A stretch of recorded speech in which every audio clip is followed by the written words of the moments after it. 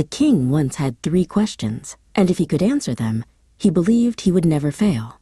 What is the right time to begin anything? Who are the right people to listen to? What is the most important thing to do? He sent messengers throughout his kingdom, promising a large reward to anyone who could answer his questions. Many wise men came, but their answers were all different. The king was not satisfied. He decided to seek the advice of a wise hermit who lived in a forest and was known for his wisdom, but only saw common folk. When the king reached the hermit's hut, he found the old man digging the ground in front of his dwelling. The hermit was old and weak, and he breathed heavily as he worked. The king approached and asked his 3 questions. The hermit listened but said nothing, continuing to dig. The king said, "You are tired. Let me take the spade and work for you." The king dug for 2 hours, then stopped and repeated his questions. The hermit still did not answer. Just then, a man came running out of the forest, holding his stomach, from which blood was flowing. The king unbuttoned the man's clothes and found a large wound. He washed and bandaged it with his handkerchief and the hermit's towel.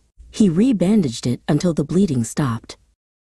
The bleeding stopped, and the man felt better, asking for water. The king brought him fresh water. As the sun set, the king and the hermit carried the wounded man into the hut and laid him on the bed. The king, exhausted, lay down on the floor and slept. When the king awoke, the bearded man on the bed was looking at him. "Forgive me," he whispered. The king was surprised. The man confessed he was an enemy who had sworn revenge, but the king had saved his life.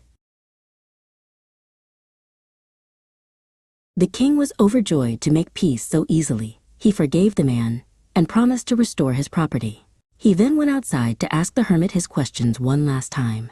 "You have already been answered," the hermit said. "If you had not pitied my weakness yesterday and dug for me, you would have gone away, and that man would have attacked you. So the most important time was when you were digging, the most important person was I, and the most important business was to help me."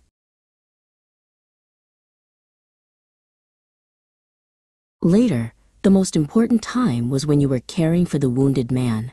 The most necessary person was he, and your most important business was to do him good. Remember, the most important time is now. The most necessary person is the one you are with, and the most important business is to do that person good.